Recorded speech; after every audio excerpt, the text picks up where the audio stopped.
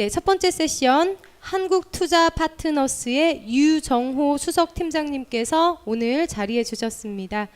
주제는 동남아 지역의 모바일 서비스 시장 동향입니다. 네, 앞으로 모시겠습니다.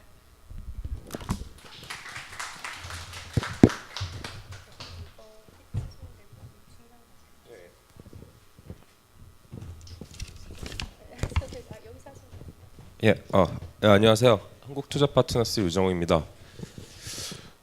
뭐 제가 여기에서 동남아 무슨 내용을 전문가라고 해서 얘기를 할 사람인지 아닌지 제가 잘 모르겠는데, 사실 뭐 제가 그 동남아 시장에 벤처 캐피탈 투자를 하기 위해서 그 동네를 이제 왔다 갔다 한 지가 한 실은 뭐 1년에서 1년 반 정도밖에 안 됐습니다. 그래서 짧은 시간 동안에 그 동네를 왔다 갔다 하면서 느꼈던 뭐 이제 큰 주제는 모바일 서비스라고 얘기를 해주셨는데요.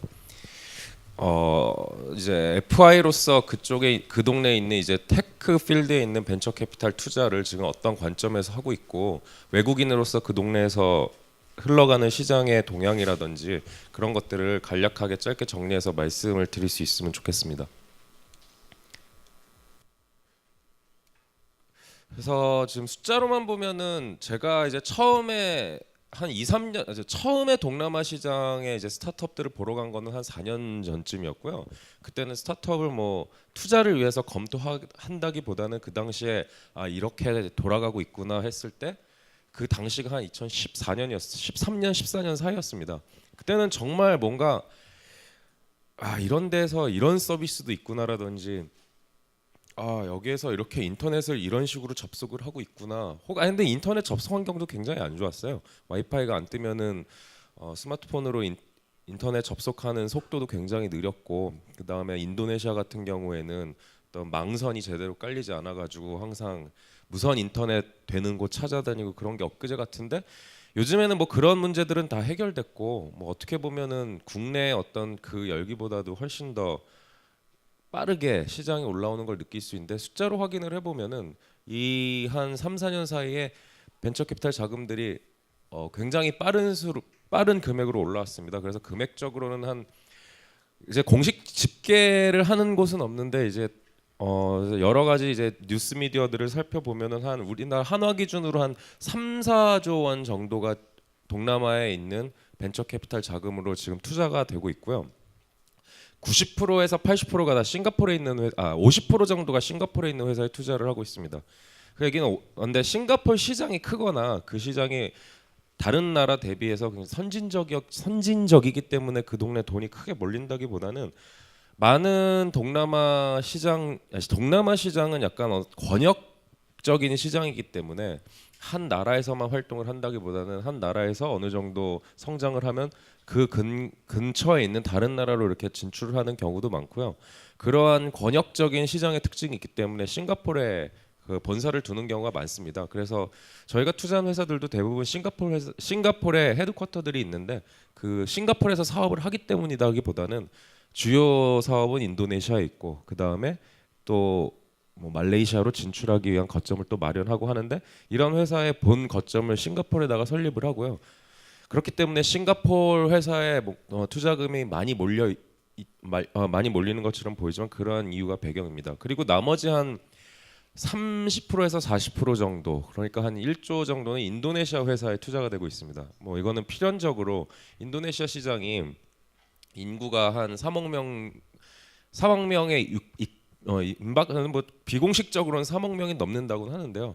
그리고 최근 뭐 GDP 경제 성장률 6에서 7%쭉 한 5, 6년씩 이어가고, 또 그것뿐이 아니라 스마트폰, 뭐 동남아 시장 전체가 그런데 우리나라 같은 경우에는 올해부터 사드가 터지고 이러다 보니까는 많은 경우 이제 중국에서 사업하시는 분들이 동남아로 눈을 돌리면서 투자 시장 쪽도 동남아는 어떤가 이런 궁금증을 많이 가지고 계신 분들이 생기고 이랬는데, 실은 뭐 한 3, 4년 전부터 이 시장에 가장 뭐라고 할까요? 기술 기반의 회사들의 투자금이 몰리는 가장 큰 이유는 스마트폰의 보급률이었습니다.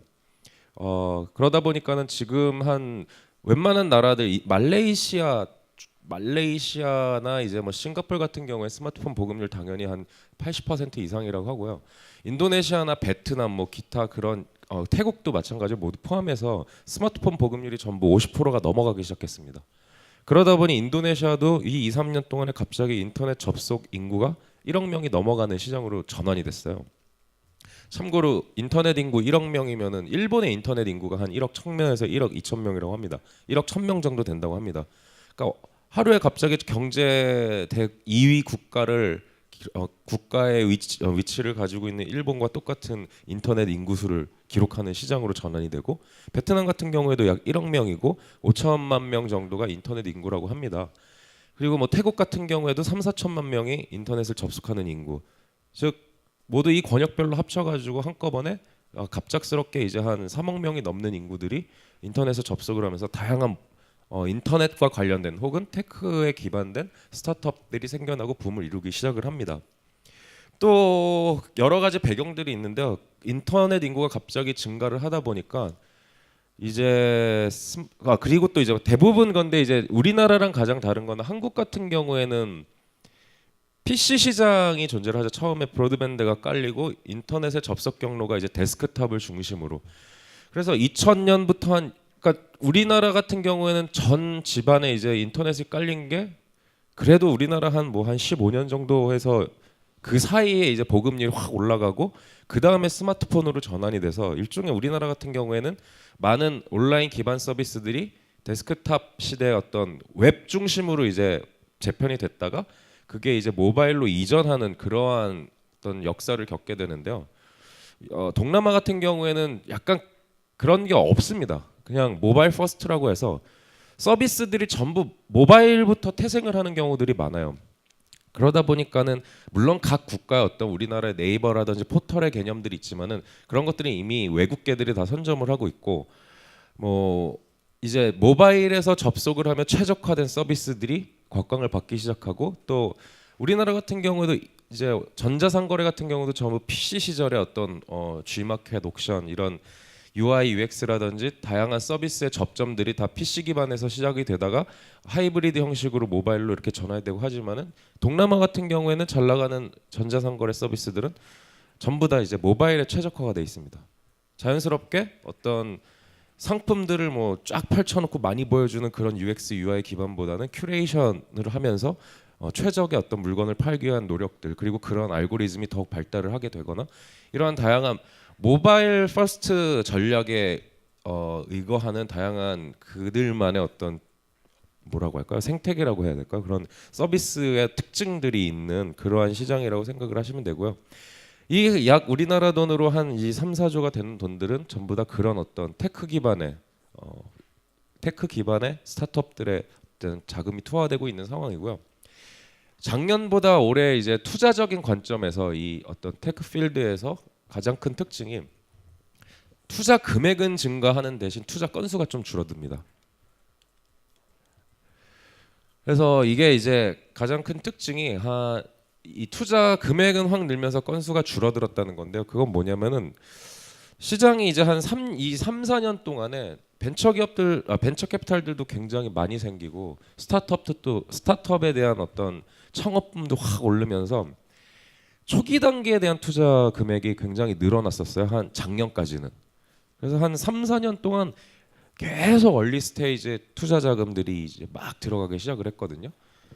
그게 한 2, 3년 동안에 그게 한 또 우리나라 기준으로 한 3, 4조 원이 되는 돈들이 초기 기업에 막 쏠리면서 투자가 됩니다. 그래서 당시의 느낌으로 보면은 우리나라 한 2012년에서 14년으로 넘어오면서 우리나라에 어떤 그 없었던 개념들이 많이 생겼잖아요. 소위 저희 벤처 캐피탈이라는 이 업종도 뭐 창투사라는 얘기도 많이 하고 이랬지만은 그 시기부터 뭐 얼리 인베스터라고 해서 뭐 보넨젤스라는 회사가 더 각광을 받기 시작하거나 혹은 뭐 K큐브라는 회사도 생기고 이런 식으로 초기에 집중하는 어떤 벤처 캐피탈이라는 개념이 얼리 스테이지 벤처 캐피탈 개념이 생기고 또 뭐 엔젤 투자자들의 어떤 클럽들이 생기고 이랬는데요. 이 동네가 그 이제 3, 4년 동안 계속 그런 분위기였어요. 그래서 외국계 이제 초기 기업 벤처 캐피탈들 그리고 현지에 있는 뭐 인도네시아 같은 경우에는 각 이제 그 이제 상장사들 중심으로 하는 이제 콩그로머레이트 계열들의 벤처 캐피탈들, 그리고 또 일본계가 굉장히 많이 들어와 있었어요. 일본계 독립계 얼리 스테이지 벤처 캐피탈들이 2, 3년 동안 이제 자금들을 많이 쏟아붓다 보니 그런 기업들이 이제 차츰차츰 많이 성장을 하면서 올해부터는 초기 기업에 있는 창업은 약간 이제 주춤합니다. 우리나라랑 비슷한 것 같아요. 뭐 후반에서도 설명을 드리겠지만 각각의 이제 인터넷 접속 인구들이 확 늘어나면서 필수적으로 생겨나야 하는 서비스들이 작년 한 3, 4년부터 꾸준하게 생겨납니다. 뭐 예를 들어 가지고 가장 크게 투자금을 많이 유치했던 것들이 전자상거래 분야였거든요. 뭐 포털은 구글이라든지 페이스북이 이미 선점하고 있는 시장이기 때문에, 그러면 그 다음에는 어떻게 보면 의식주와 관련된 미디어들, 예를 들어서 뭐 부동산 미디어라든지 혹은 뭐 의식 뭐 이제 요식업을 찾는 그런 미디어라든지 이런 어떤 미디어 생활 속에 있는 B2C 미디어들도 많이 생겨납니다. 그리고 또 이제 미디어들이 생기고 전자상거래가 활성화되면서 온라인에 대한 어떤 이 화폐 경제가 생겨나면서 모바일 광고에 최적화된 솔루션을 만드는 회사들이라든지 그런 어떤 트래픽을 이제 광고를 전환시키기 위한 기술들을 개발하는 회사들에 대한 이제 창업 니즈들도 많아졌고 투자금들이 그쪽에 이렇게 들어가면서 소위 얘기하는 이제 B2C 단위에서 인터넷 접속 인터넷 인구들에게 만족을 줄 수 있는 그런 모바일 서비스들은 거의 다 생겼어요 이제. 그리고 이 2, 3년 동안에 그런 기업들이 투자를 계속 받으면서 경쟁도 심화되고 그런 회사들이 이제 점점 이제 성장을 하고 커가는 시장으로 전환이 됩니다. 그런 이제 올해부터는 그런 이제 그로스 스테이지에 대한 투자금으로 이제 쏠림 현상이 조금씩 나타나고 있는 상황이고요. 그러다 보니까는 이제 얼리 스테이지는 그런 B2C 단위에 있는 이제 투자들은 어느 정도 차츰차츰 마무리가 되고 그런 이제 B2C의 이제 전자상거래라든지 이런 생활 저희들의 어떤 컨슈머 비즈니스의 스케일들이 커진 기업들이 이제 시리즈 B, C들로 넘어오면서 투자금은 이제 단위가 커지고 그러는 상황들이 딱 지금 요즘에 동남아에서 나타나고 있는 현상이라고 저는 크게 그렇게 느끼고 있거든요. 그래서 그리고 좀 뭐 한 가지 좀 크게 여기서 이제 이렇게 설명을 드릴게요. 이게 한 2013년에 2016년에 가장 많이 투자를 받았던 기업들의 리스트를 그냥 대충 조사를 해본 건데요. 뭐 아까도 말씀드렸듯이 대부분 다 싱가포르에 본사를 둔 회사들이고 투자금이 굉장히 큽니다. 예를 들어서 그랩은 뭐 이때도 지금 얼마냐 저게 1.4 빌리언이니까 우리나라 하나로 한 1.6조 정도 되는 거죠. 근데 지금 오늘 또 뉴스 발표했습니다. 올해 들어가지고서는 소프트뱅크랑 디디가 또 1조를 넣고 그 다음에 추가적으로 소문에 의하면 1조를 더 조달한다고 하고 있는데 오늘 날짜로 이제 토요타가 그랩에다가 다시 또 투자를 한다고 했죠. 그래서 아까도 말씀드렸듯이 이 상위 기업들을 보면 그랩 그다음에 고잭 이게 전부 다 이제 뭐라고 할까요? 그러니까 이거를 뭐라고 온디맨드 차량 공유라고 해야 되나요? 엄밀히 따지면은 고잭은 오토바이 공유인데 차는 없으니까. 그랩 같은 경우에 처음에 우리나라로 따지면 이제 카카오 택시로 시작을 해가지고 지금 현재는 우버와 같은 종합적인 모델로 전환을 했고 고잭 같은 경우에는 인도네시아에 가보시면은 오잭이라고 하죠. 스쿠터를 이제 사람들을 뒤에 태워 다니면서 왔다 갔다 하는 그런 소상공 스쿠터 포터들이 숫자가 굉장히 많아요. 그 동네는 이제 인프라가 너무 안 좋아가지고 길도 자주 막히고 그래서 그리고 또 생활 속에 오토바이 타는 사람도 많고 해서 근데 그걸 이제 다 플랫폼으로 묶어버린 서비스가 고잭인데 이 3, 4년 동안에 인도네시아를 가장 뜨겁게 동남아를 뜨겁게 이끌었던 회사들이 저는 그랩, 고잭, 가레나는 약간 다릅니다. 그 게임 온라인 게임 퍼블리셔고 이제 지금 현재 이커머스로 확장한 회사고요. 그다음 토코피디아. 크게는 대표적으로 이 세 개 회사가 가장 투자자들 입에 많이 오르내리고 했던 회사들이거든요. 그래서 그랩 같은 경우는 뭐 워낙 유명하니까 잘 아실 거고 고잭 같은 경우에도 제가 이제 처음에 2015년 말에 투자를 할까 말까 좀 고민을 하고 있었어요. 그 당시에 밸류에이션이 우리나라 돈으로 한 7천억, 8천억 정도 됐었는데 6개월 지나니까는 갑자기 이게 이제 상업 뭐 토코피디아가 그 당시에 바로 이제 투자자들 유치하면서 밸류에이션이 한 10억 불, 그러니까 한 우리나라 돈으로 1.5조가 되더라고요. 그러다가 아시겠지만 한 올해 이번 달 초였죠. 이제 알리바바가 추가 투자로 여기에다가 1조를 넣겠다라는 발표를 하면서 지금 현재 한 듣기로는 벌써 이제 기업 가치가 시총이 한 2.5조인가 3조인가 뭐 그렇게 된다고 하더라고요. 그게 근 1년 사이에 생긴 일입니다. 이런 것처럼 이제 이게 전부 다 이제 인터넷 트래픽이 확 올라오면서 우리나라에서도 이제 2000년 초반에 느꼈던 그 이제 닷컴 붐에 있었던 시절의 현상들이 그대로 나타나면서 이제 발생하고 있는 현상들이고요.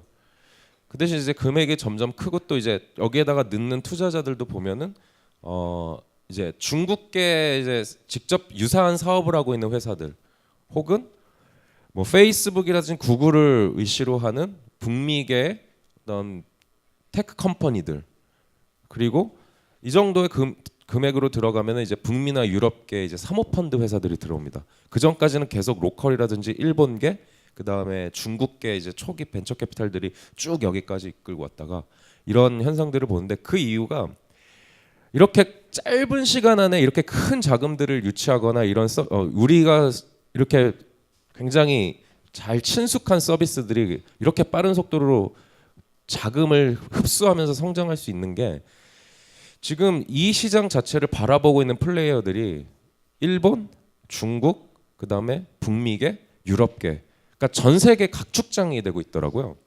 그 이유가 뭐냐면 갑작스럽게 인터넷 인구가 늘어나는데 그 사람들은 자기 시장들이 어떻게 발전했는지 쭉 보고 아 이거 뭐지 되겠구나 또 똑같은 순을 따라가고 있구나 이러다 보니까는 그렇게 돼 보이는 가능성 있는 회사들은 그대로 그냥 빨리빨리 투자가 이루어지고 단위가 받는 돈의 단위가 크다 보니까 성장 속도도 빠르고 그런데 또 인구도 워낙 많다 보니까 사용자 수는 금방 늘어나고 그러면서 우리나라에서 한 10년 동안에 일어났던 일들이 한 반년 그 절반 사이 한 5년 정도에 압축이 돼가지고 막 발생을 하는 것 같은 그런 느낌이더라고요.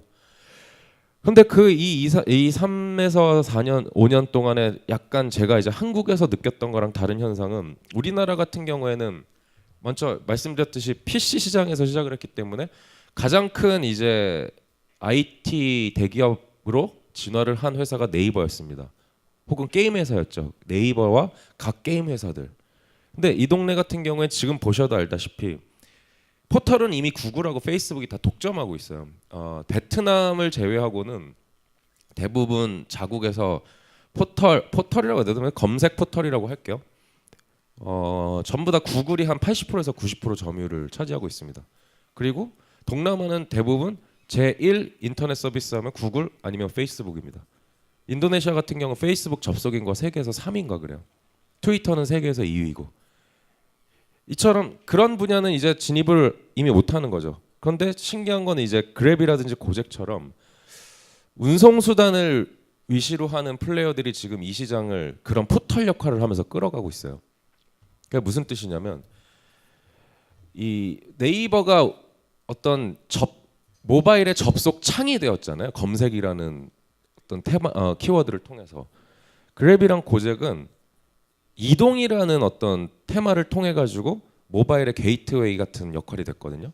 그러니까 이 동네에서 가장 지금 접속자 수도 많고 그 결제 유저도 제일 많은 서비스가 그랩이랑 고젝이라고 보시면 되는데 물론 이제 이커머스는 약간 다른 얘기인데 거래액이 훨씬 클 수도 있는데 그러다 보니까는 이제 그랩이랑 고젝들이 요즘에 하는 일들은 진화 방향이 이제 우리는 네이버의 포털이 소비자들을 다 이렇게 잡은 것처럼 우리는 이 지역의 소비자들을 다 잡았다. 이 소비자 지역의 모바일 접속 클릭을 터치를 다 잡았다. 그래서 지금 요즘에 하고 있는 게 우버도 마찬가지지만 그랩푸드라든지 이제 고젝푸드로 이제 점점 저희의 생활 속으로 이제 점점 들어오는 서비스를 확장을 하고 있어요.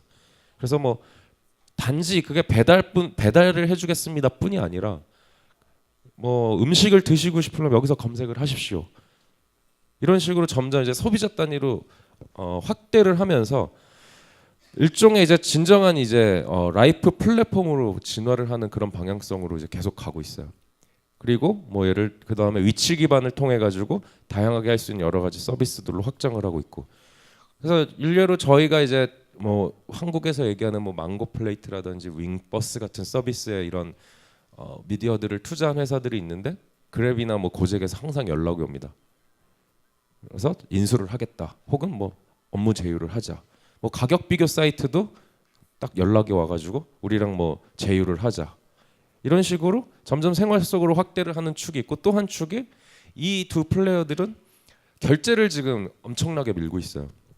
아시겠지만 동남아라는 시장이 결제가 이제 피지사가 물론 없는 거는 아닌데 이제 결제 환경이 굉장히 열악해요. 그래서 온라인 전자 상거래 같은 경우에도 국가별로 약간 다르기는 하겠지만 베트남 같은 경우에 80%에서 90%가 다 현금 현장 결제, 인도네시아 같은 경우에도 절반 이상 60% 정도가 현장 결제, 태국도 아마 유사한 수준일 거로 생각을 합니다.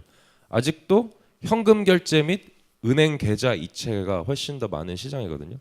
그러다 보니까는 동남아에서 여러 가지 이제 전자 뭐라고 하죠? 이 월렛 스타트업들도 많이 생겼었고, 물론 지금 생겼다 없어졌다 생겼다 없어졌다 정착을 잘 못하고 있는 상황으로는 보이나, 저 둘이 이제 자사 플랫폼에 있는 결제 시스템을 계속 지금 개발을 해가지고 어떻게든 소비자들한테 결제를 시키려고, 그래 은행 계좌에 어떻게든 연동을 시키려거나 하는 그런 활동들이 굉장히 지금 활발하게 일어나고 있거든요. 그래서 이제 알리페이 이미 이 친구들은 중국의 알리페이라든지 템페이가 어떻게 성장을 했는지 보고 있으니 굉장히 크게 깊숙하게 스터디를 하면서, 아 우리가 이제 생활 속으로 들어왔으니 그 다음은 결제를 잡아야 된다 이러면서 결제 쪽에 또 기술력이 있어 보이거나 어떤 그런 이월렛 사업을 했던 스타트업을 또 인수를 합니다.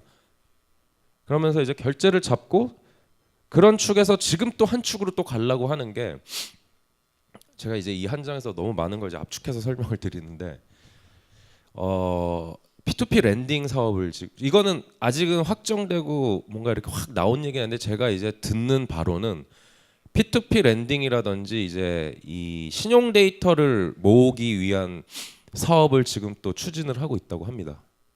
그래서 생활 속의 플랫폼으로 자리 잡고 일반 사람들 다 이제 붙잡으면 결제까지 시키고, 결제 데이터들이라든지 이제 자기네들의 트랜잭션이 생겼으니까 그 다음에는 P2P 랜딩이라든지 이런 어떤 은행 기능의 일부를 할 수 있는 사업으로 이제 또 연결을 하겠다.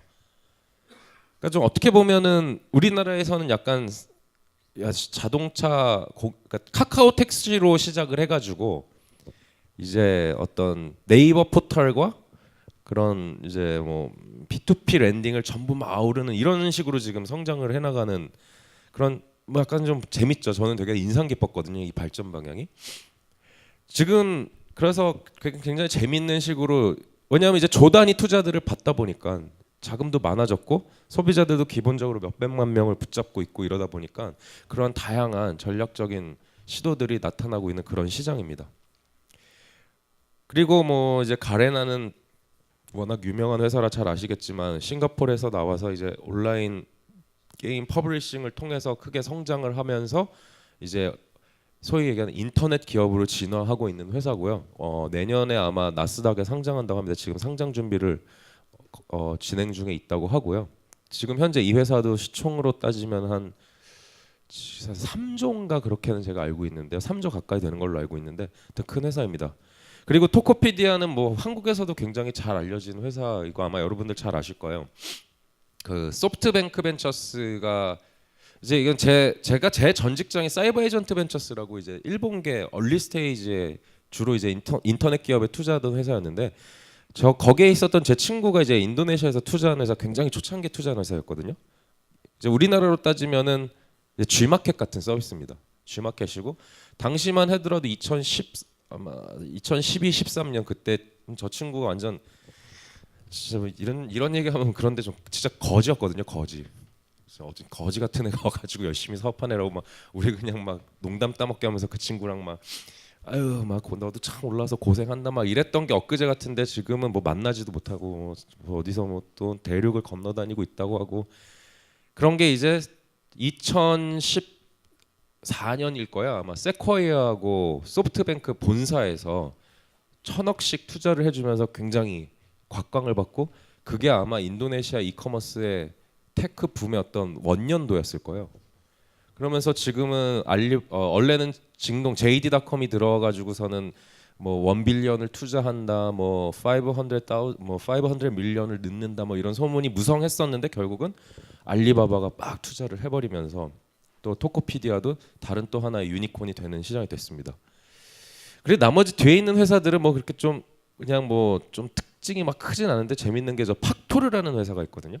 팍토르 우리나라에서는 지금 스와이프라는 서비스로 소셜 데이팅이죠. 소셜 데이팅 서비스로 저 친구들도 한 400억 정도 투자를 받았어요.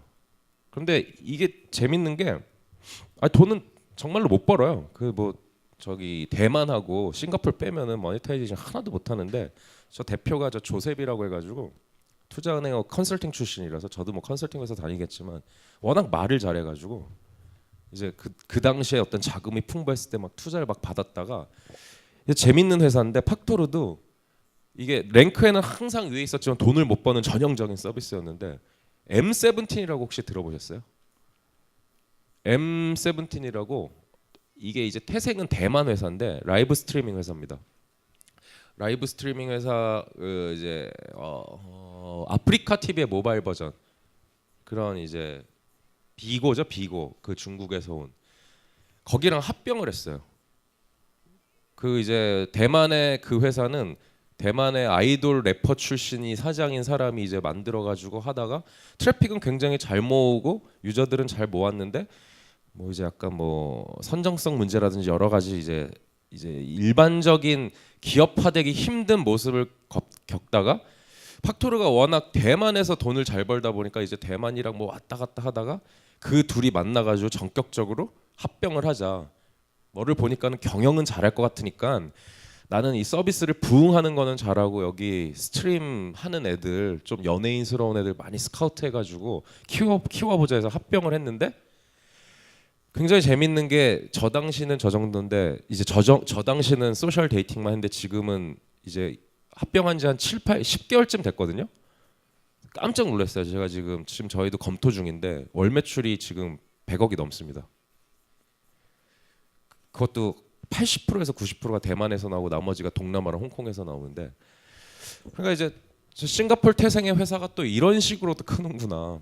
이게 또 그 권역에서 또 이게 대만이랑도 묶이는구나 이런 레슨도 있었고 그래서 이 두 회사가 붙으면서 이제 인도네시아라든지 다양한 곳에도 열심히 라이브 스트리밍 방송하고 있고 그런 재밌는 이제 모습을 그리고 있는 회사고요. 마지막에 이제 캐로셀이라고 해가지고 지금 현재 1,000억 정도를 펀딩을 받고 있는 회사인데요.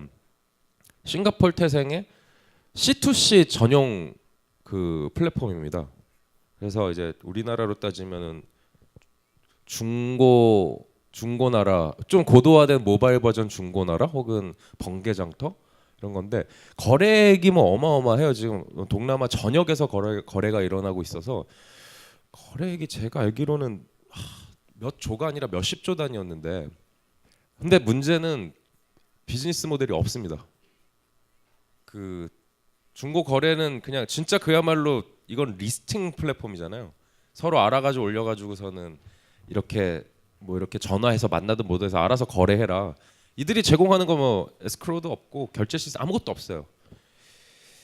그래서 이게 저희도 지금 한번 보기는 하고는 있는데 야 이게 거래액이 어마어마한들 이 플랫폼에서 돈이 안 나오니 어떻게 할 거냐 그랬더니 이 친구들은 또 이제 또 다른 방향으로 이제 발전을 하기 시작하는 왜냐하면 돈은 많이 받았으니까 몇백억 받고 1,000억 이상 받는 회사가 돼서 지금 현금은 막 쌓여 있어요. 중고차 거래 플랫폼을 지금 인수를 하려고 뭐 준비를 하고 있고 그다음 서비스 플랫폼 예를 들어 가지고 뭐라고 하죠 이거를 뭐 그 나라는 이렇게 막 그런 게 많아요. 메이드라든지 이제 수리공이라든지 이런 사람들이 되게 많고 수요도 많은데 그런 것들을 연결하는 플랫폼 이런 것들을 또 붙여가지고 어차피 일반 소비자들 우리가 붙잡았으니까 거래에 관련한 여러 가지 서비스들을 인수해가지고 자사화 시키면서 우리는 그걸로 모네타이제이션 하겠다. 트래픽은 여기서 벌고 돈은 그렇게 벌겠다라고 지금 이렇게 성장을 하고 있는 회사고요. 그래서 지금 이 2016년까지는 지금 보시는 이런 대표 주자들이 주로 이제 투자를 쫙 이끌어 오던 회사들이었고 그 중에서 이제 이런 운송수단 플랫폼과 이커머스를 꽤 가장 큰 각축장이었다라고 생각을 하시면 됩니다. 뭐 시장이 이렇다 보니까는 이미 굉장히 많은 투자자들이 지금 동남아 시장에 진입을 하고 들어가 있고요. 뭐 대부분 보면은 중국, 현지, 일본, 미국 회사들입니다. 투자사들을 보면은 대부분이.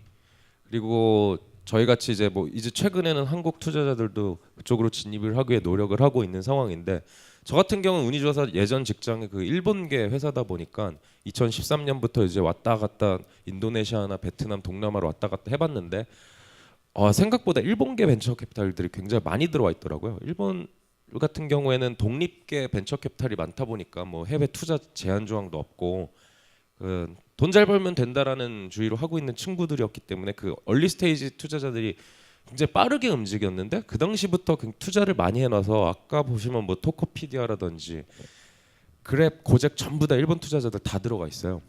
그래서 일본 투자자들이 굉장히 많았던 거에 놀랐었고, 그다음에 최근에는 이제 미국계 혹은 유럽계 사모펀드들이 들어오고 있는 양상입니다.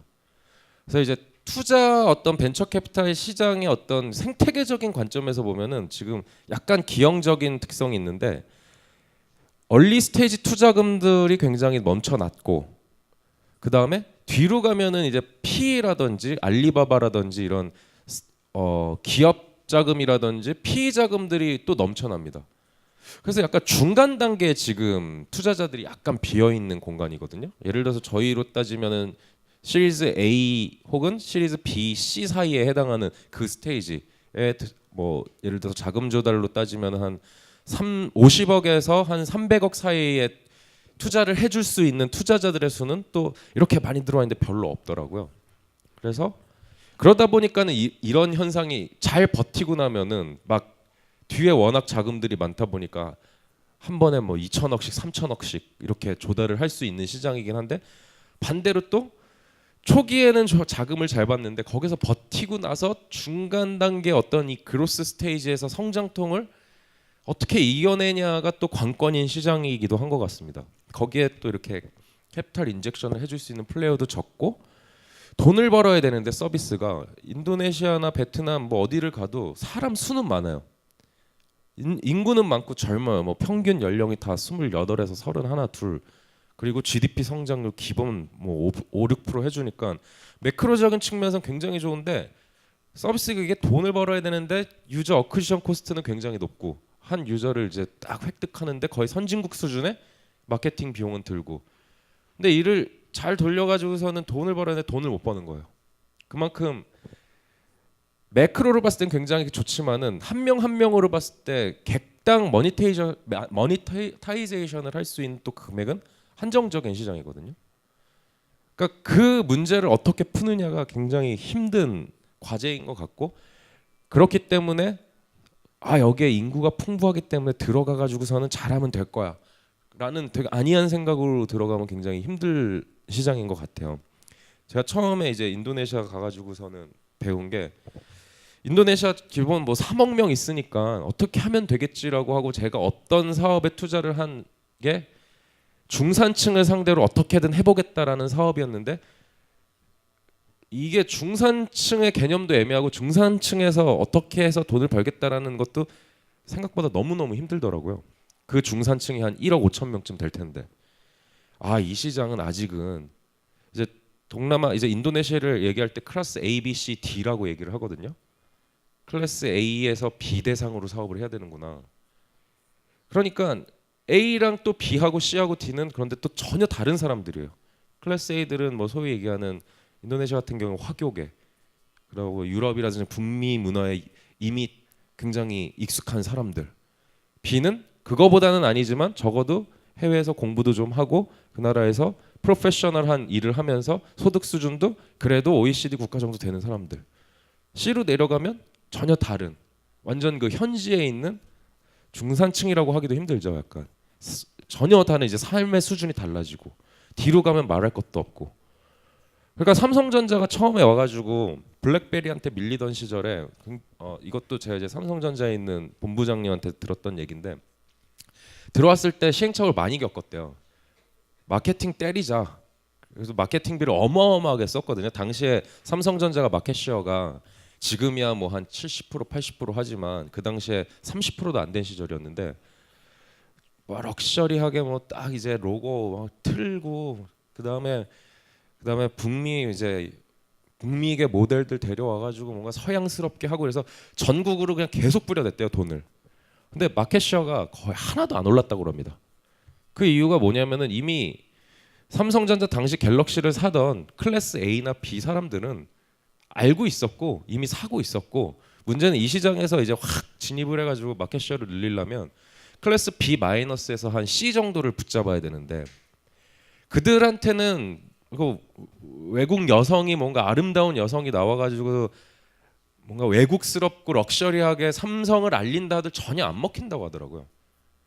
그들은 오히려 그래서 삼성이 이제 모델을 전부 교체를 합니다. 그리고 클래스 B도 쪼개고 C도 쪼개면서 지역적인 색깔도 다 고려를 해가지고 이제 트로트 가수를 기용을 하고 모델로 그 다음에 삼성이라는 이제 뭐 알파벳은 다 쓰니까 그 어떤 톤앤 매너도 전부 이 현지화에 맞게 약간 촌스러운 톤앤 매너로 바꾸고 이런 작업들을 3, 4년 동안 계속 해가지고 쪼개면서 마켓쉐어를 60, 70%까지 쫙 올리면서 받은 레슨이 인도네시아 시장 3억 명 좋다. 하지만 클래스 그리고 클래스 안에서도 마치 다른 나라 소비자들을 상대하는 느낌이었다라는 얘기를 하더라고요. 이것처럼 그 참 다양성도 복잡하고 매크로적으로는 굉장히 크지만 섬세하게 접근을 하지 않으면 힘든 시장이구나. 그래서 일단은 초기 전략을 짠 게 일단 인터넷 서비스이기 때문에 클래스 A랑 B를 대상으로 할 수 있는 서비스에 먼저 투자를 좀 하자. 그렇게 해가지고 초창기에 그런 서비스들을 먼저 투자를 하고 그 다음에 차츰 요즘에는 B에서 C를 타겟으로 해서 어떻게든 뭔가 그들에게 니치해서 물건을 팔 수 있는 그런 이커머스라든지 이런 것들을 좀 이제 살펴보자 이러면서 차츰 이렇게 쪼개면서 지금 투자 전략을 짜고 있거든요. 그러니까 참 지금 제가 이거를 한마디로 어떻게 이렇게 딱 표현을 하긴 힘든데 크지만 복잡한 시장이더라. 그리고 이렇게 보듯이 초기 투자 자금들은 많지만 뒤로 그 중간 단계가 이 복잡한 시장의 특성상 살아남기 굉장히 힘들고 그래 투자금에 대한 어떤 니즈도 많지만 또 그걸 알기 때문에 투자자들이 지켜보면서 답보 상태를 보이고 근데 그 부분만 잘 넘어오면 뒤에서는 또 막대한 유동성과 이제 유동성을 자랑하기 때문에 거기만 또 튀어넘으면 투자금이 몰리는구나. 약간 요즘 이런 흐름을 갖고 있습니다. 그리고 뭐 이거는 참 참고적으로 그냥 가장 열심히 이제 투자를 하는 투자자들이 이렇게 있더라 해가지고 또 그 이제 그 리스트들을 한번 뽑아본 건데요. 대부분 이렇게 보시면 알겠지만은 이거는 좀 어떻게 보면 투자 건수라든지 이런 게 더 리스팅에 반영이 돼서 그렇긴 한데 일본계가 많죠. 저 이스트벤처스도 일본계고 그 다음에 고비는 중국계, 골든게이트도 이건 미국계, IMJ는 일본계. 뭐 또 딱히 그 일본계가 많아요. 일본계, 미국계, 중국계 지금 이렇게 초기 투자 열심히 하고 있는 회사들이 있는데 500가 굉장히 많이 하고 있어요. 최근에 동남아에. 그런데 여기 혹시 500에서 오신 분 계세요? 500 스타트업 여러 가지 얘기들이 있는데 장단점이 있는데 500 스타트업은 너무 북미스러운 데만 투자를 한다. 북미스럽다. 미국스러운 데만 투자를 한다라고 하더라고요. 이런 얘기. 그러니까 미국에서 잘 됐던 거라든지 어떤 로직으로 생각을 했을 때 굉장히 잘 풀릴 것 같은 서비스야 이런 데 투자를 굉장히 많이 한다고 하면서 로컬에 있는 애들은 쟤네들은 아직도 이 로컬 밑바닥까지 내려온 것 같지가 않아 뭐 이렇게 약간 평이 갈리는 그냥 예시적인 얘기인데요. 그리고 이스트벤처스 같은 경우에는 일본계입니다. 그래서 일본에서도 초기 투자만 하는 유명한 이제 엑셀러레이터 역까지도 도맡아 하는 초기 투자자인데 인도네시아에 한 6, 7년 전에 들어갔어요. 당시에 아마 거의 IT 쪽에 투자하는 벤처 벤처 캐피탈 1호가 아닌가 싶은데 저 회사가 지금 토코피디아, 트래벨로카 전부 초기 투자자입니다. 아예 그냥 엔젤 라운드. 그래서 그 펀드가 아마 제가 알기로는 150억인가 200억짜리인데 지금 평가 가치로 2천억 이상이 됐다고 하더라고요. 그러니까 펀드 멀티플이 10배가 15배가 넘었다고 해가지고 깜짝 놀랐는데 그만큼 굉장히 빨리 들어가서 투자를 하는 회사인데 여러분들 많이 일을 하시다가 많이 동남아랑 일을 하면은 이스트벤처스 얘기를 많이 들을 텐데 투자 스타일이 당시도 그랬지만 너 대학교 어디 나왔니? 그러면은 뭐 스탠퍼드 졸업했어요. 뭐 하려고? 이거요. 그래 알았어. 내일 와. 내가 한 1억 투자해줄게. 약간 이런 식입니다. 그러니까 좋은 데서 공부하고 제대로 된 생각 갖고 계획 갖고 있으면은 그냥 돈 투자해줄게 하면서 하루 안에 투자하는 대로 유명하거든요. 이런 식으로 한 포트폴리오 한 100개 정도 가져가요. 그래서 그 중에서 터져라 그냥 약간 이런. 그래서 진짜로 한 두세 개가 터져서 그걸로 다 만회하고 약간 이런 회사인데 굉장히 좀 재밌는 투자 철학을 갖고 있는 회사입니다. 그리고 한국 사람이랑은 제일 아마 일을 많이 해 보이는 이 투자 회사 중에 하나 골든게이트 벤처스거든요. 여러분들도 뭐 나중에 알아두시면은 아니면 자주 마주칠 수도 있는 그나마 가능성이 높은 데가 골든게이트 벤처스고 저기는 이제 3명의 파운딩 멤버들이 다 이제 실리콘밸리 출신들이에요. 근데 파운딩 멤버들이 뭐 미국 사람, 독일 사람, 그 다음에 이제 싱가포르 사람 뭐 이런 식으로 이제 다방면으로 구성이 되어 있는데 우리나라랑 좀 이제 친숙한 게 마이뮤직 테이스트 투자자이기도 합니다. 그리고 저 골든게이트 벤처스에 이제 출자를 하고 있는 사람들도 보면은 한국 회사들이 꽤 있어요. 우리나라 대기업들도 출자를 많이 하고 있어가지고 한국도 자주 왔다 갔다 하고 동남아에서 비즈니스를 할 때 좀 약간 한국 사람이랑은 좀 친숙한 투자 회사라고 생각을 하시면 되겠습니다.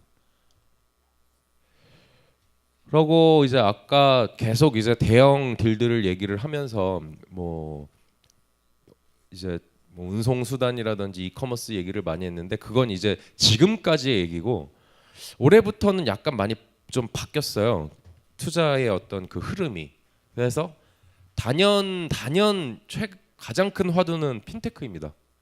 핀테크의 투자금이 가장 많이 몰리고 있고 그 다음에 이제 사스 서비스들이 또 각광을 받고 있어요. 근데 이 배경이 그 다음에 이제 뭐 또 이제 모바일 광고와 관련된 솔루션들도 이제 한 서브로 지금 많이 이제 투자금들이 몰리고 있는데 이커머스는 이제 알겠다. 그리고 이제 재편이 됐어요. 어느 정도 각 나라에서. 그나마 아직 일단은 인도네시아 토코피디아 그 다음에 라자다 토코피디아의 싸움. 그 다음에 태국 라자다. 그 다음에 그나마 베트남이 아직 지금 라자다가 완전히 1위긴 한데 뭔가 그 어떤 탑 그룹이 아직 뭐 확정된지도 않고. 근데 어느 정도 이제는 순위가 거의 다 결정됐습니다. 그리고 이커머스의 특성상 순위가 한번 매겨지면은 뒤엎어지는 일은 거의 없습니다. 정말로 이상한 짓을 하지 않는 한은. 그래서 이제 어느 정도 투자금들이 이미 거기에 이미 조 단위 이상 들어갔고 그래서 이제는 다음 번 뭐냐? 이커머스도 이제 막 돈이 돌기 시작을 하네. 그러다 보니까 자연스럽게 사람들이 이제 야 결제 수단을 어떻게 해야 되냐라든지 그 다음에 아주 열악한 이 피지사들의 어떤 이 기술력을 커버하면서 이 피지 시장에 들어가면서 또 새로운 어떤 영역에서의 페이먼트 게이트웨이가 될 수 있는 영역은 없냐라든지 해서 결제 관련된 회사들이 많이 생겨나고 있고요. 이 원래 또 여전히 많이 있고요. 그 다음에 지금 또 굉장히 커지고 있는 분야 중에 하나 P2P 랜딩입니다.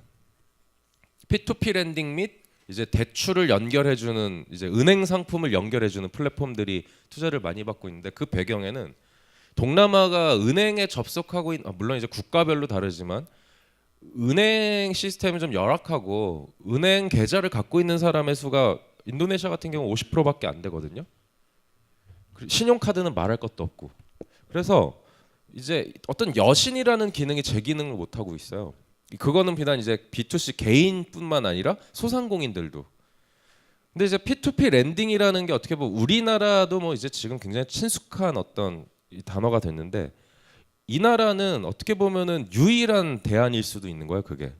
그래서 제가 소상공인인데 이제 운전 자본을 위해서 이제 대출을 받아야 되는데 저에 대한 신용은 아무 데도 없고 누가 평가하지도 않는데 어떻게 해야 되지 할 때 유일한 대안이 P2P 랜딩일 수밖에 P2P 랜딩밖에 없을 수 있거든요. 그래서 P2P 랜딩이 약간 지금 핫합니다. 저희도 지금 다각도로 좀 검토를 어떻게 할까 지금 보고 있는데 그러다 보니까 투자금 이제 슬슬 이쪽으로 모이기 시작을 하고 저는 그래서 약간 이런 생각이 드는 거예요. 아, 이 동네는 P2P 랜딩을 제일 크게 하는 회사가 그냥 메가뱅크가 될 수도 있겠구나. 그냥 은행이 될 수도 있겠구나. 또 상황이 이렇다 보니까 이 크레딧 분석을 위한 어떤 스타트업들 소비 저도 그게 지금 뭐 만나보면 되도 안 되는 소리를 하는 회사들이 아직 많아가지고 어떻게 정의를 해야 될지는 모르겠으나 뭐 저 이제 모든 인구들이 뭐 페이스북이라든지 이런 데 다 접속해 있으니까 이 소셜 미디어에 있는 여러 가지 데이터들이라든지 그다음에 스마트폰을 통한 트랜잭션과 뭐 이커머스를 통한 트랜잭션 어떤 이런 온라인상에 있는 여러 가지 자료와 인구 통계적인 자료를 묶어 가지고 어떤 이 퍼블릭하게 남들이 사용할 수 있는 신용 분석을 하는 스타트업들도 많이 생기고 있거든요. 그래서 이처럼 어떤 이제 금융계에서의 어떤 그 은행이라든지 저희가 소위 얘기하는 대형 금융 기관들이 해줘야 할 것들을 지금 테크 기업들이 점차 진입을 하면서 시장의 자금들을 많이 지금 유치를 하고 있고요. 저는 한 5년 안에 동남아 시장이 굉장히 급격하게 바뀔 것 같다는 생각이 들어요. 이 흐름 때문에 이제 자금이 돌기 시작하고 돈을 빌려줄 사람들이 점점 나타나고 그게 제대로 빌려주고 있는지 분석하는 스타트업도 막 생기고 있고 그래서 뭔가 우리나라랑 완전히 다른 형태의 어떤 이 금융 사회가 만들어지지 않을까? 약간 좀 이런 생각이 굉장히 많이 들고 있습니다. 상황이 이렇다 보니까 송금 수단에 있어서도 블록체인이라든지 비트코인에 대해서도 저희 나라보다 더 열려 있고, 그러니까 규제가 없는 거죠. 왜냐하면 은행 자체 시스템이 열악하기 때문에 규제가 없는데 국민들 좋게 해준다는데 이거 붙잡아가지고 규제를 흔들 수도 없고 그러다 보니까 투자금 또 계속 모이고 약간 그런 상황이고요. 사스 분야가 이제 또 좀 각광을 받고 있는 이유가 동남아의 또 큰 특징 중에 하나가 소상공인 그러니까 SM이라고 해야 돼. 소상공인들이 굉장히 많아요. 그 숫자도 굉장히 많고 또 어딜 가도 뭐 이제 소상공인들 예를 들어서 뭐 옷을 팔건 음식을 팔건 소상공인 중심의 사회거든요. 그래서 인도네시아 같은 경우에도 정권이 바뀔 때 여러 가지 규제들을 이제 인도네시아도 규제에 의해서 움직이고 있는 뭐 엄밀히 따지면 율법에 의해서 움직이는 나라지만 경제적인 규제를 이제 하나하나씩 풀어 나갈 때 소상공인들의 표심을 가장 신경 쓴다고 하거든요. 저는 소상공인의 수가 굉장히 많은 롱테일이 긴 나라인데 또 이제 소상공인들 굉장히 열악하잖아요. 아주 쉽게는 뭐 포스 시스템 뭐 말할 것도 없고 그다음에 뭐 이제 이거 뭐라고 하죠? 뭐 이제 기장하는 것부터 시작을 해서 뭐 영수증이라든지 하다못해 이제 뭐 아르바이트 페이롤 같은 것도 전 모든 게 숙인 거예요. 그러다 보니까는 그런데 또 다들 이제 스마트폰이라든지 모바일 디바이스를 통해서 어떻게든 이제 온라인이라는 곳에 접속은 다 되는 환경이 되다 보니 그리고 롱테일이 굉장히 긴 소상공인 롱테일이 긴 그런 시장이다 보니 여기에 대한 여러 가지 솔루션을 잘만 만들면 또 거기에서의 어떤 경제성이 굉장히 나오더라. 이게 한국 같은 경우에는 저희가 사스 서비스 투자하기가 힘들다고 하거든요. 왜냐하면 우리나라는 소상공인 숫자도 제한적이고 월 고정액으로 벌 수 있는 수익 모델 이런 것도 되게 취하기 힘든데 시장 사이즈도 딱 한정적이기 때문에 굉장히 킬러 어플리케이션이 나오지 않는 한은 투자를 꺼리는데 이 나라는 아예 백지부터 시작을 하는데 롱테일의 숫자도 많다 보니 사스 쪽으로 또 이렇게 막 몰리고 있습니다. 저도 지금 그 이제 중소형 기업들의 HR 관리 사스 서비스를 만들고 있는 회사를 검토 중에 있는데 이게 재밌는 게 제가 이제 제 또 투자한 회사 중에 하나가 매출 월에 한 20억에서 30억 나오는 온라인 이제 우리나라로 따지면은 물론 매출 규모에 따지면 스타일란다 같은 데를 투자했거든요. 뭐 매출은 스타일란데 아직 뭐 10분의 1 정도밖에 안 되지만 그런데 직원이 900명이에요. 이제 우리나라 관점으로는 이야기 우리나라 같은 경우에 한 3, 40명이면 되는데 그러니까 숫자가 소상공인이라고 해도 사람 고용한 사람 숫자가 굉장히 많아요. 그 이유가 그 사람들은 이제 뭐 표현이 좀 그렇긴 하지만 블루 컬러라고 하잖아요. 그런 분들은 이제 2, 30만 원인데 월급이 그러니까 기계로 하고 자동화하는 것보다 그냥 사람 고용하는 게 더 경제성이 나오는 거죠. 그러니까 어느 정도 야 매출이 그래도 야 지금 다 해서 한 연 매출이 150억, 200억 되는 플랫폼 회사더라도 막 500명에서 900명을 고용하니 HR이라든지 이런 쪽에서 굉장히 많은 이제 수고가 듭니다. 그러니까 이런 특징을 알고 있다 보니까는 그런 분야를 해결해주기 위한 이제 사스들이 많이 지금 생겨나고 있는 그런 상황입니다. 아 그리고 뭐 당연히 이제 마켓플레이스라든지 뭐 이런 여러 분야의 버티컬한 마켓플레이스들은 계속 생겨나고 있고요. 뭐 부동산 마켓플레이스, 중고차 마켓플레이스, 그다음 뭐 아니면은 대리주부, 우리나라로 따지면 대리주부처럼 이런 인력 마켓플레이스 이런 것들은 계속 생기고 있고요. 그것들은 뭐 몇 년 전부터 계속 지금 활발하게 그냥 생겨났다 없어졌다 생겨났다 없어졌다 하는 시장입니다.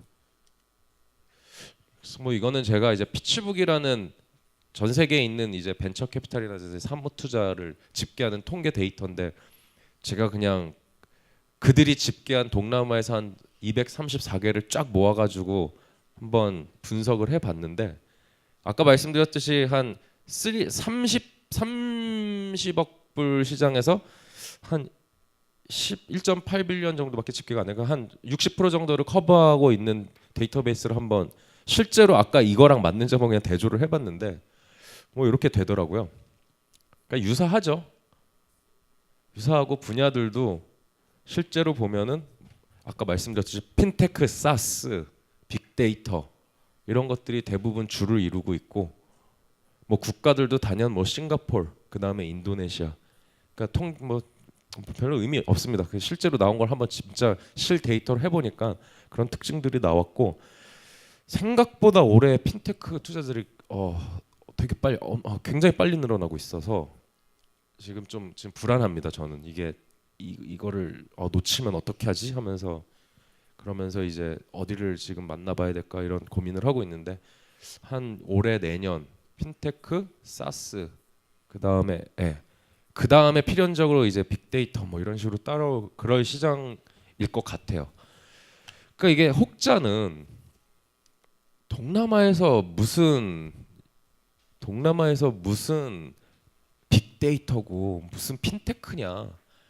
근데 이게 뭐 제가 어디 아티클에서 재밌는 단어를 읽은 게 있는데 동남아는 에볼루션이 아니라 레볼루션이다. 뭐 그런 어떤 점진적인 개선이 아니라 그러니까 모바일도 갑자기 모바일 뭐 이런 거잖아요.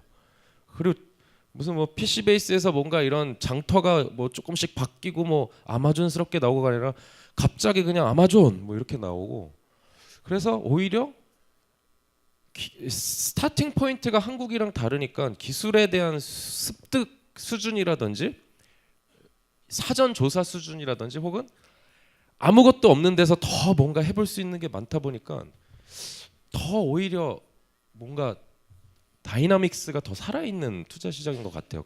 반대로 그래서 더 투자하기가 진짜 힘들고 좀 웃긴 얘기인데 이게 정말 이런 얘기하면 안 되는데 막 처음에 그랬거든요. 제가 인도네시아 가야 된다고 그러면 거기 인구의 뭐 3분의 2는 바지도 안 입고 다니는 거 아니냐고 무슨 소리냐고 도심에 가면 우리나라보다 잘 산다고 그랬는데 이 갭이 굉장히 큰 시장이라는 거를 말씀을 드리고 싶고 뭐 이 다음부터는 약간 좀 이게 별로 그렇게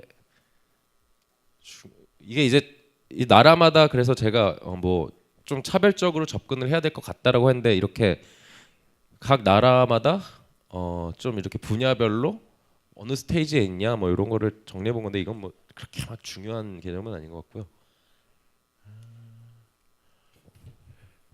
그래서 국내 투자자들도 요즘에는 그래도 많이 인도네시아나 인도에 나가고 있어. 이거는 올 초작년 기준이라서 이거보다 훨씬 더 많이 늘어났는데요. 최근에는 제가 알기로는 인터베스트라는 이제 벤처 캐피탈 회사가 크조라라고 하는 인도네시아의 초기 투자분들인데 크조라 초기 투자자 중에서 굉장히 유명한 분들이에요. 같이 이렇게 협업해가지고 동남아 그로스 펀드 만든 걸로 알고 있고, 뭐 본엔젤스의 강석훈 대표님은 최근에 이제 국내는 워낙 많이 하셨으니까는 최근에 이제 베트남 쪽에 가셔가지고 완전 얼리 스테이지 지금 투자 많이 하고 계시고, 소프트뱅크는 뭐 예전부터 동남아 많이 해왔고 지금 되게 부러울 정도로 투자 잘하고 계시고, 그래서 국내들도 지금 이제 점점 뭔가 투자에 대한, 동남아의 투자에 대한 이 케이스 수들이 많이 늘어나고 있는 것 같습니다. 이게 왜 깨졌지?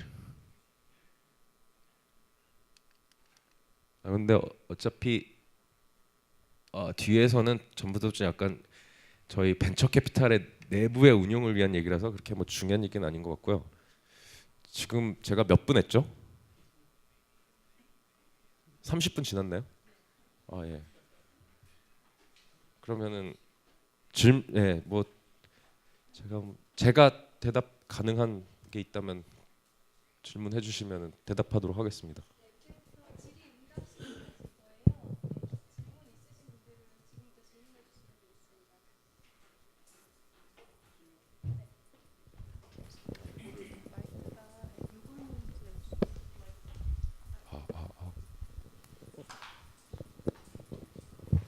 아, 네, 너무 좋은 내용 잘 들었습니다. 감사합니다.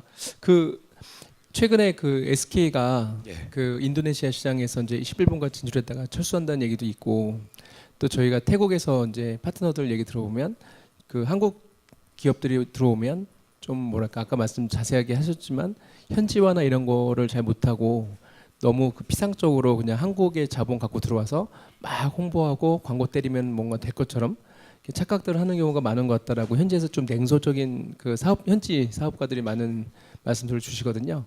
그거에 대해서 좀 의견을 조금 더 좀 주셨으면 좋겠거든요. 그러니까 아까 말씀하신 삼성이야 뭐 워낙 크니까 그렇긴 한데 또 스타트업들이 갔을 때 한국 분들끼리만 좀 얘기하는 경우도 많고 보면은, 그래서 예 그거 좀 더 말씀 부탁드리겠습니다. 근데 어디서 오셨어요? 아 저희 경기센터. 아 예. 예.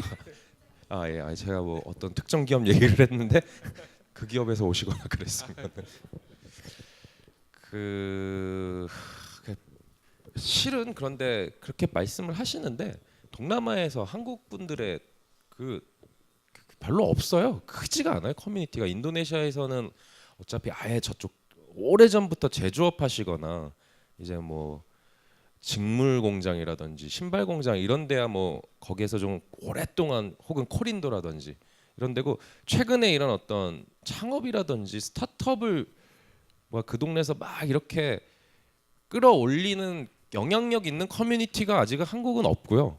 물론 외국 사람들이 가서 하기 힘든 시장인데, 그나마 제가 이렇게 투자를 그래도 몇백억 정도 막 받고 이런 외국인들 보면 주로 이제 북미에서 혹은 싱가포르에서 사는 북미 애들이라든지 일본 애들 정도인데 한국 사람도 아직 거의 없고요. 기업들이 가가지고 이제 하는 거 보면은 이제 그 11번, 이거 제가 지금 이커머스에 한해서 말씀드릴게요. 잘했어요. 근데 SK 플래닛 잘했거든요. 원래 처음엔 되게 잘했습니다. 토코피디아가 월 거래액을 600억을 냈을 때 한 2, 300억 냈었거든요. 근데 그런 시장인 줄 몰랐던 거예요.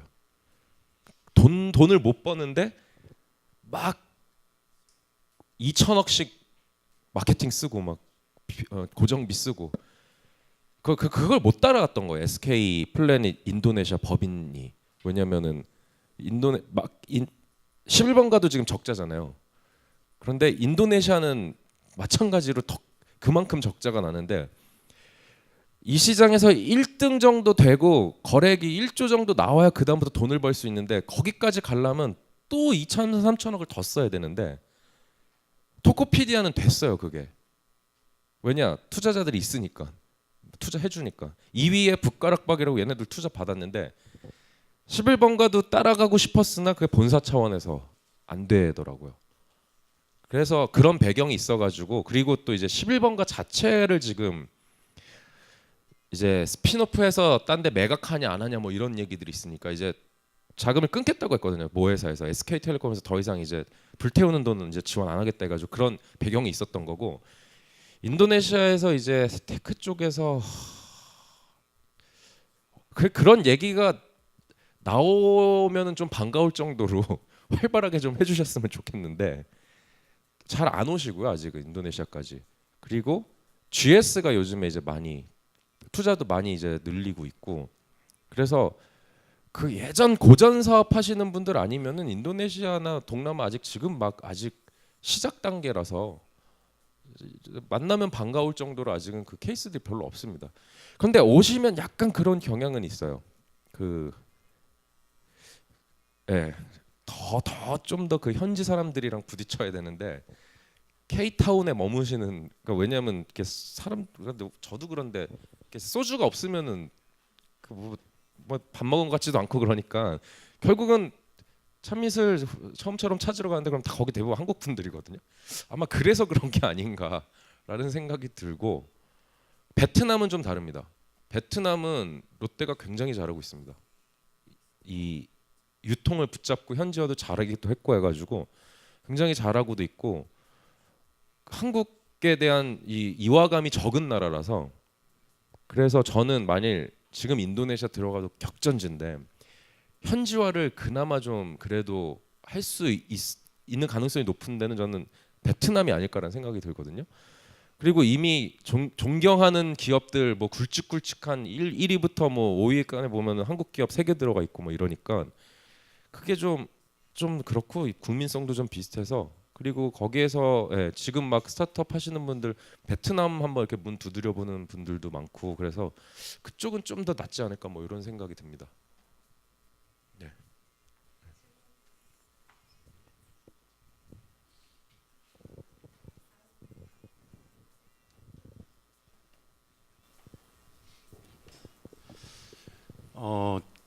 안녕하세요.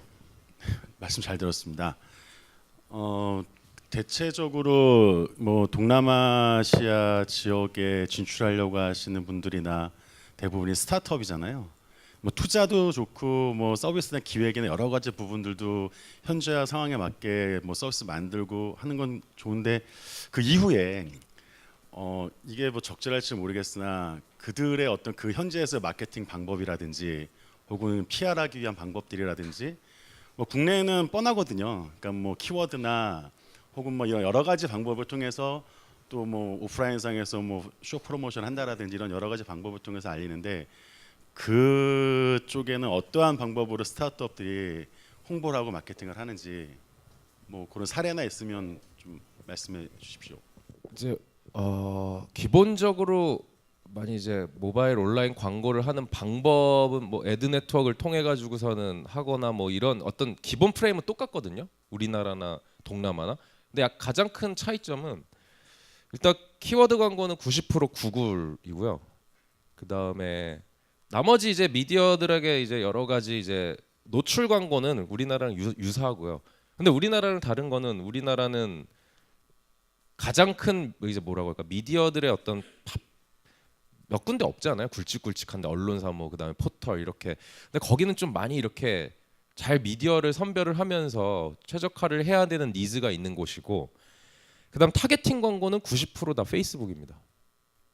그래서 그러니까 사람들이 딱 처음에 어떤 그로스 스테이지로 가기 위해서 마케팅 뿌리자 하면은 가장 많이 하는 게 뭐 물론 서비스마다 다르기는 한데 페이스북 타겟팅 마케팅하고 구글 SEO가 그냥 거의 이제 초기에 그로스 딱 잡을 때까지 가는 마케팅의 한 8, 90%라고 보시면 됩니다. 그리고 그다음에 이제 유저들 다 차고 이제 그 유저 어쿠지션 코스트 막 올라가기 시작하면 그다음부터 뭐 이제 애드 네트워크 태우고 막 이래 가지고 어떻게든 이제 노출 광고 늘리고 더욱 더 이제 도달률 높이려고 하는 거 그건 한국이랑 똑같은 것 같아요.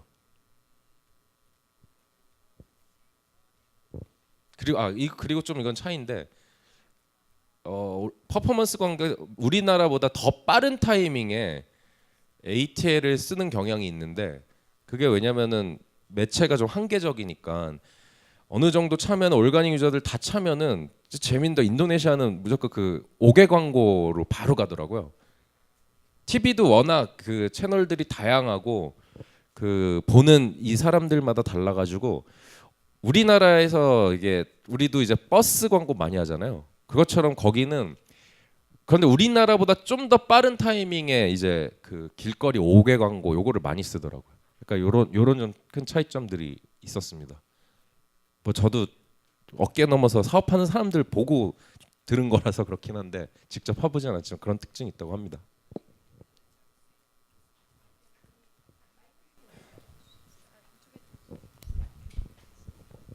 예. 그 저희 회사는 그 베트남에 지금 진출을 하려고 계획을 하고 있는데요.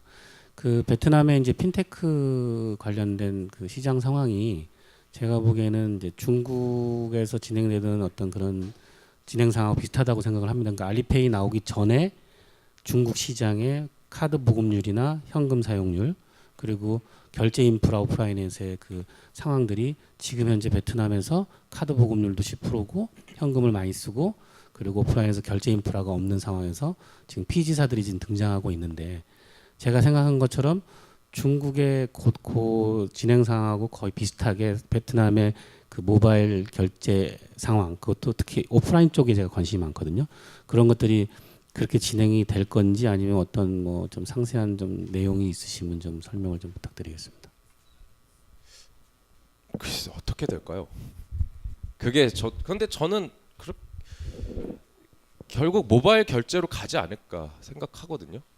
그런데 그 이제 저도 스타트업 몇 개를 만나봤는데 근데 알리페이처럼 그렇게 QR 코드 막 통해 가지고선 모든 걸 진짜로 알리페이로 할지는 모르겠는데 모바일 결제로 2, 3년 안에 넘어갈 거라는 어느 정도 반 이상의 생각은 하고 있습니다. 그래서 근데 그게 그 왜 그렇게 생각을 하냐면 지금 온라인 대형 회사들이 전부 다 지금 모바일 결제 서비스 내고 있고 그다음에 피지사는 뭐 말씀하셨듯이 이제 다 뭐 피지사 깔리는 건 어차피 시간 문제일 거고 문제는 이제 이거를 어떻게 계좌랑 연결시키냐인 건데 그것도 또 되게 재밌는 게 신용카드 보급률은 또 10%인데 데빗 카드는 80%거든요. 뭐 저는 진짜 80%인지는 모르겠는데 그러고 지금 잘로 이제 우리나라 카카오 같은 이제 플랫폼이 전부 다 페이먼트 사업하고 있고 기존에 강조했던 이월렛 그러니까 모카페이도 모모페이죠. 모모페이도 이미 한 500만 명 쓰거든요. 그래서 이거는 그냥 자연스럽게 넘어가지 않을까라는 생각을 하고 있고 그래서 지금 베트남은 그래서 이커머스가 더 커지지 않을까 하고선 지금 그쪽 보고 있는데 그러면서 전 그렇게 될 것 같아요. 저도 정확히는 모르겠습니다만. 네, 브레이크 타임 갖겠습니다.